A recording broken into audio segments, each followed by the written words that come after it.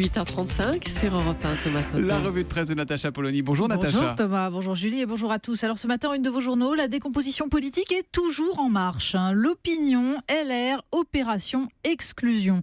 Le Figaro, le FN, prêt à renoncer à la sortie de l'euro. Ça, vous le disiez, vous en parliez à l'instant avec Marine Le Pen. Et puis l'Humanité joue les vigiles. La transition écologique menacée par les appétits financiers.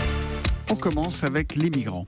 Oui, parce qu'il y a cette photo en une de Libération, la mer bleue sur laquelle miroitent les rayons du soleil et au milieu, le corps flottant d'un être humain. Qui prendra ses responsabilités, demande Libération. Non pas que le journal prétende trouver des solutions simples, mais entre le chaos libyen et l'absence totale de cohésion européenne, la situation est intenable. Alors le Figaro publie de son côté 2 tribunes. L'une d'elles plaide pour une véritable politique migratoire, arguant que l'embolie du système d'asile et l'explosion de l'immigration illégale vont de pair avec le dérèglement de l'immigration légale. L'autre, signé Édouard Tréteau, réclame un véritable accueil de ceux qui sont là. Des cours de langue, des structures fixes. C'est ainsi, dit-il, que l'on construit l'unité et la prospérité d'une nation, pas par l'ensauvagement de ceux que l'on ne veut pas voir. De l'autre côté de la Méditerranée, en Tunisie, Libération nous présente Chamseddine Marzoug, volontaire du Croissant Rouge qui, depuis 12 ans, offre une sépulture à ses anonymes morts en mer. Il parle de cet été 2015 où il a enterré 53 personnes en 3 jours. Il y avait le corps de cette mère, dit-il, qui serrait dans ses bras son bébé, lui-même attaché à un bout de bois. Des malheureux qui ont encore ces pensées. Je sens, dit-il, que leurs âmes ne sont pas contentes. Et nous, est-ce qu'elles nous tourmentent, leurs âmes ? La presse qui revient également sur l'hommage à Simone Veil hier. Oui, une grande dame s'est éteinte, écrit Yann Marek dans le Midi Libre. Une autre grande dame, la France, se réveille. Face à la dépouille de celle qui aura combattu l'ignominie du genre humain, c'est toute une nation qui lui dit merci. Avec cette entrée au Panthéon, ajoute Gilles Grandpierre dans l'Union, le chef de l'État redonne au geste la noblesse désintéressée qu'il semblait avoir perdue dans des polémiques stupides ou d'étranges soucis de parité qui accompagnaient les entrées de Dumas ou de 4 grands résistants. Mais sur le site Causeur, René Poujol appelle au respect de la grande dame dans toute sa complexité. Il regrette par exemple les commentaires autour de la présence de Simone Veil et de son mari en 2013 dans la Manif pour tous, des commentaires laissant entendre qu'elle n'avait plus toute sa tête.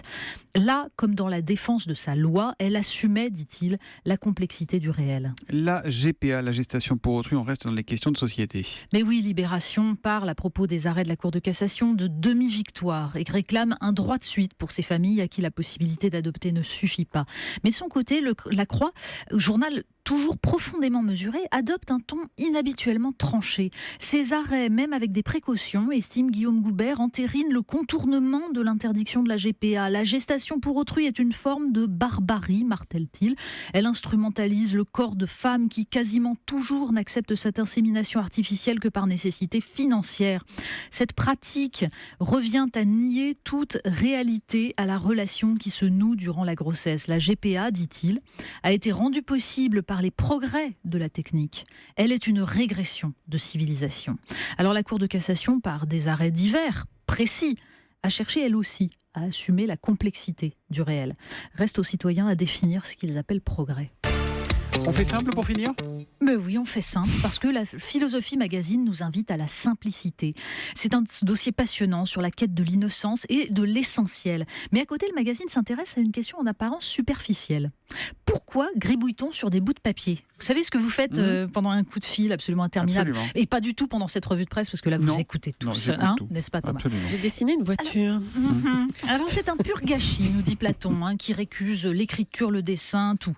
Pour Hegel, en revanche, c'est une façon d'imprimer son esprit sur la matière, de s'approprier le monde. Il n'est pas beau mon esprit. Et surtout, je dessine.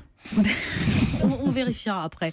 Mais pour Gilles Deleuze, c'est même une tentative de l'homme de survivre à sa propre mort, de s'inscrire dans l'éternité. En fait, ce petit brouillon, c'est la libération d'une puissance de vie hors des prisons que nous nous sommes construites.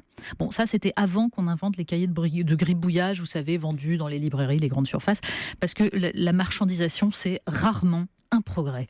Celle des gribouillages, celle des corps des femmes. La revue de presse de Natacha Polony tous les matins sur Europe 1. Natacha, il faut que vous sachiez que pendant Nicolas Canteloup, elle dessine des bons hommes sur ses feuilles. C'est vrai ou c'est pas vrai, Natacha ? Oui, elle fait des petits dessins, des petits gribouillages. De stigmatiser les autres, Je comme me ça libère de commence mes à bien prisons. faire. Merci Natacha, à demain tout de suite. Mais on j'écoute retrouve- aussi Nicolas Canteloup, bien sûr.